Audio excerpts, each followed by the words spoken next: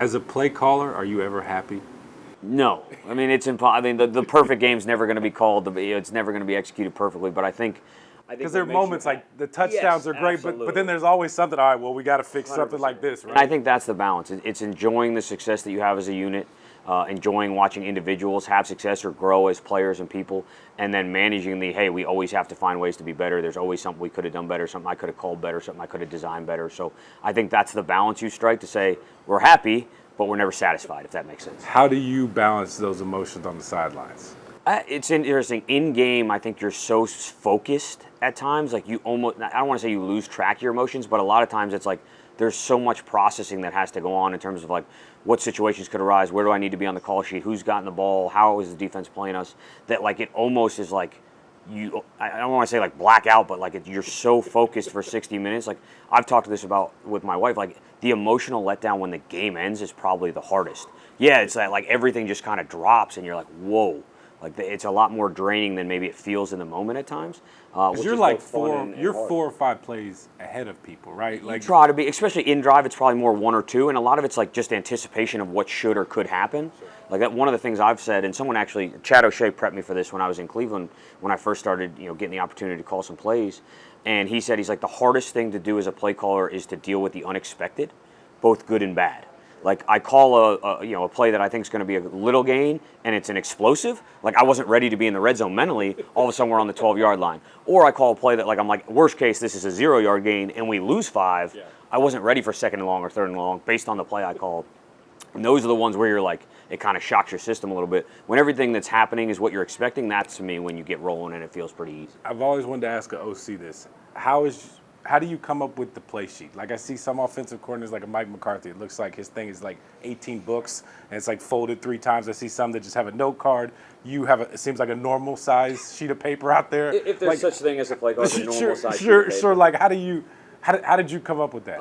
It's funny. I think a lot of it is you watch the guys that you work for, because as a young coach, I'm responsible to make the call sheet for Norv Turner or Kevin Stefanski or whoever it might be in that role. Names, by the way. Yes, thank you. So you start to get a feel for how they like to do it, and you see things and you're like, okay, that is really good. Like I like that. I wouldn't have thought about that. And then there's other things you're like, that doesn't hit my brain. I don't see it that way. So you kind of always kind of tweak and change and pay attention to the other sheets that you're holding on game day when you're not calling it. And then when it got time to do it my way, it was I put it together. You call it during a preseason game, and you're like, all right, this was good, this was bad. Kind of like you do with everything, and you kind of tweak and change it until you're like, all right, this is where my eyes go. This makes sense to me. This is the right size. This is where we need to go. So, and I'd say that to some extent still changes. Like the design, the organization of the call sheet, the size doesn't change necessarily. I'm sure it will as my eyes deteriorate. Like that sheet's going to get bigger and bigger over time here. Yes, absolutely. But no, that's you didn't want a big book. You didn't want to. I didn't. I like having something small in my in my hand. I like to put it in my pocket when we're looking at pictures in between series. The font is small. Like at some point that's going to become a problem, and I might have to go to a bigger sheet. But right now it's a good size. How would you sum up your coaching journey in the NFL, or really just coaching journey in general?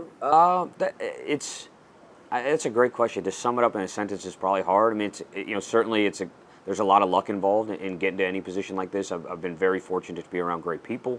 Do I think I'm good at what I do yet? Obviously there's a level of self-confidence that you have to have, but a lot of it is being around great people and watching it done at a high level and seeing how different people do it. And I've been very fortunate to do that with some people that were good at it and fun to be around and really took their time to coach me and invest in me as we went through that process. So how does the guy that played defensive back end up calling the offense? I've always found that fascinating. Sometimes it's, you grew up on the defensive side, then all of a sudden you're a coordinator. Yeah, so on the offensive side at a different level. It's funny you said, like I played defense, played safety, as you said, in college. Not a great career. Is that if you looked at me, you could tell that. Bunch of surgeries, and then wanted to get into coaching after my second surgery in college, and coached on defense there with the DBs. That's what I played. And then when I got out of school, I spent a year at Harvard on defense as an intern, unpaid. Got a GA job at Boston College, still on defense. So like at that point, all my background was defensive football. I was the outside linebacker coach at Yale after that, and then. I'm not 100% sure how exactly it came to fruition, but they wanted to hire an intern position in Cleveland in 2013 when Rob Chudzinski got the head job. they wanted to model it after the New England Patriots 20 for 20 position, you know, where you work 20 hours a day the entire year and you make like 20 grand or something, whatever it was. Like, I don't feel like it was 20 hours. it probably doesn't follow all the labor laws at this point in time, but it was a way into the league, and they hadn't done it. So I think what they did is they called some people around the league who had been in that role. And lucky for me, they called a couple people who had helped me get into the business at Harvard and at Yale. And I think those guys said, hey, this is what I made, this is what I did. And if you're looking for people, there's a guy at Yale who would be a great fit, reach out and give him a call.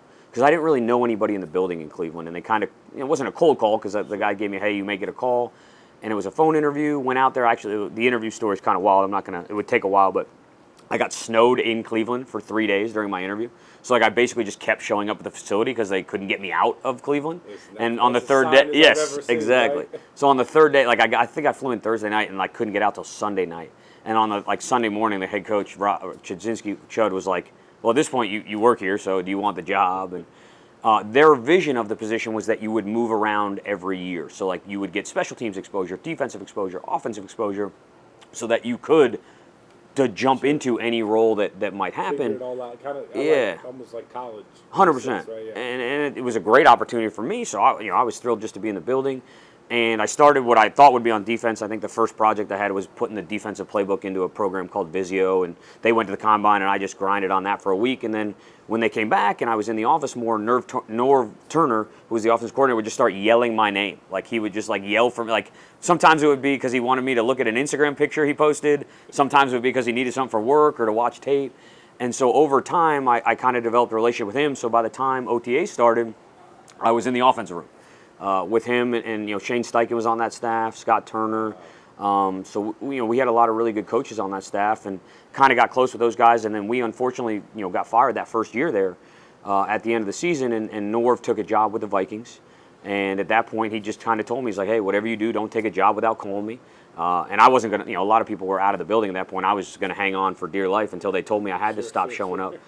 And so when he got that job in Minnesota, I was able to go there and kind of, stuck with him on offense and, luckily was fortunate enough again to move around positions. Was in the running back room for the year, receivers for 3, quarterback room, then the receiver coach. So, got exposed to a lot, which was awesome. And then the other thing I always tell people is we were there 6 years. I was there 6 years with Mike Zimmer. There were 4 offensive coordinators in 6 years, which can be hard, but for a young coach, the exposure is amazing. Sure. Different systems, different languages, different processes. So you got to learn. Like you have to. I have to learn the new system, new language, new way of doing things, new call sheet. Sure. So I think that was awesome for me as a young coach to see good and bad, like a lot of different examples of ways to do things, ways to build an offense, ways to start from the ground up and have to install it to the players. And so that it was a wild. We had a lot of success there. We were playoffs 3 of the 6 years. Went to the NFC Championship game in 2017. So learned a ton. Obviously, at that point, kind of cemented. All right, I've been on offense now for 7 years in the NFL. Like this is it. And then when Kevin got the head job in Cleveland, was fortunate enough to go with him, and he moved me into the tight end room, a room that I'd never been in at that point. But that's something kind of that happened to him. Like his first position job was the tight end coach, and he hadn't coached tight ends. And he said, he's like, look, I think you're a good coach. I think you know what you're doing. He said, you have 3 months to figure out how to coach tight ends, and if you have questions, ask me. I went through the same process. So that was an awesome opportunity. I did that for 2 years in Cleveland, and then got moved into the quarterback room for a year before coming here. Backtrack. Middlebury, did I say it right? Yes, Middlebury. How many kids are in this small school, right? Yeah, it's 2,400 people. 2,400. Yeah, so it's a NESCAC. That's in fact, there's a number of coaches that have come out of that conference. Bill Belichick, Eric Mangini, Ben Bloom, who's with the Titans now, Dave Borgonzi, who's with the Bears. Drew Petzing, obviously. Dan Sagany's in scouting. If you look around, it's a small Division III football conference, but you're there because you love the game. So it does lend itself to guys that love to stay a part of the game and find ways to stay involved. Sure. When you were going through, I guess, the Ivy League schools, how tempting was it to leave football behind? It's funny you say that. Like, I never thought of, especially early in college, that coaching was a career path for me. I think what kind of cemented it was that second year I had surgery, wasn't able to play for the second year in a row. And that summer, so it would have been after my sophomore year of college, I did a summer intensive business program at Dartmouth, at the Tuck Business Bridge program. It's like a 6-week or 8-week program where you just kind of very intensive, business focused, corporate finance, accounting, that. And Dartmouth. It was awesome. Yeah. It was awesome. So it was a good summer program. So I did that, had that process, and then that fall I volunteered coaching. And kind of the contrast of like my experience there and then my experience coaching, I was like, this was hard and I didn't really love it, and I don't feel like I'm that type of person. And then football, I was like, this is awesome, this is a ton of fun, and everyone seems to be getting paid to do it. And that kind of, I think, to me, cemented it. I was like, all right, if you can make a living doing this, I want to try. I don't know what it's going to look like. I don't know exactly how to get into it, but I'm going to give it a shot. When you look back, I always find it fascinating to look up like a coach's journey, because where they've been, it's all over. I mean, it stops. Could you have ever imagined going from here to here to here? I mean, just all the connections. No. And all the stops, all the different jobs. I mean, that's. And you realize it pretty quickly. I think that it's a possible, like, hey, the reality of the NFL is you're going to move a lot. You know, like the first time, my second year in the league in the running back room, Kirby Wilson was our running back coach.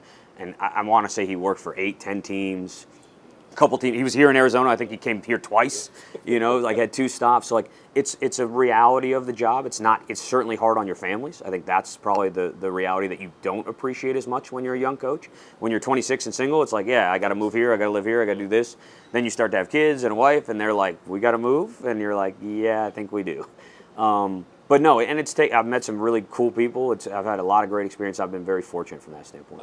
When you were like at Yale, Harvard, did you ever meet people on the business side, or just, I mean, it seems like you'd be around some really smart people at those universities, and different people you can pick brains at. Far smarter than me, that's for sure. And a lot of the players at those universities are those type of people. You know, I think that's kind of the cool thing. You get to see, you know, those are the best and the brightest in so many different areas, as well as on the football field. And I think it was such a cool experience. It's such a fun conference to be a part of. You know, I got to coach on both sides of the Harvard-Yale rivalry. I won it as a coach at Harvard. I lost it as a coach at Yale. But you're right. There's just so many impressive and intriguing people that you kind of cross paths with when you're in that environment. Yeah. How did you develop your offensive system? I think similar to the call sheet. You know, as I said, those 6 years in Minnesota were probably a big part of that. You know, 4 different coordinators, you know, a couple different systems. You start to see what you like, what you don't like, how it fits different quarterbacks, different players, how to emphasize different skill sets. So I think that was probably a big influence. And if you were to say people that had a big impact on me, you know, I was with Kevin Stefanski for 9 years. We have a lot of the same influences in Norv Turner and Gary Kubiak, and you know, being a little bit closer in age, we had a lot of conversation on, hey, if you could do it, would you do this? Would you do that? Those type of things. But I'd say those are probably the 3 biggest schematic influences would be Kevin, Norv, and Gary, just from X's and O's, player management, how to get guys the ball, how to coach the quarterback, and they all did it a little different. And certainly mine's probably different than theirs, but I think that's probably where it comes from. My grandparents knew Gary's dad really well. Oh. And Gary, I'm from Houston. Gary coached Houston, so I was always a big fan of his too as well. Yeah. When you started calling plays, easier or harder than you thought? The play calling part of it honestly was a tick easier. I think the hard part is in the development of the plan. Like once the sheet's put together, like there's still decisions that have to be made, but for the most part, and this was a Pat Shurmur thing, which I learned some from him as well, was like if it's on the sheet, it made it to the game day, it's a good call. Like don't second guess. Don't second guess yourself when the game's being played. Like you put the plan together. You were second guessing it Monday, Tuesday, Wednesday, Thursday as you took something out, add something in, tweaked the formation, changed the motion. Put all those hours of prep. That's what that is for. But like when game day comes on, it's like it made the sheet. If it's in the box, you can call the play. It's not a bad call.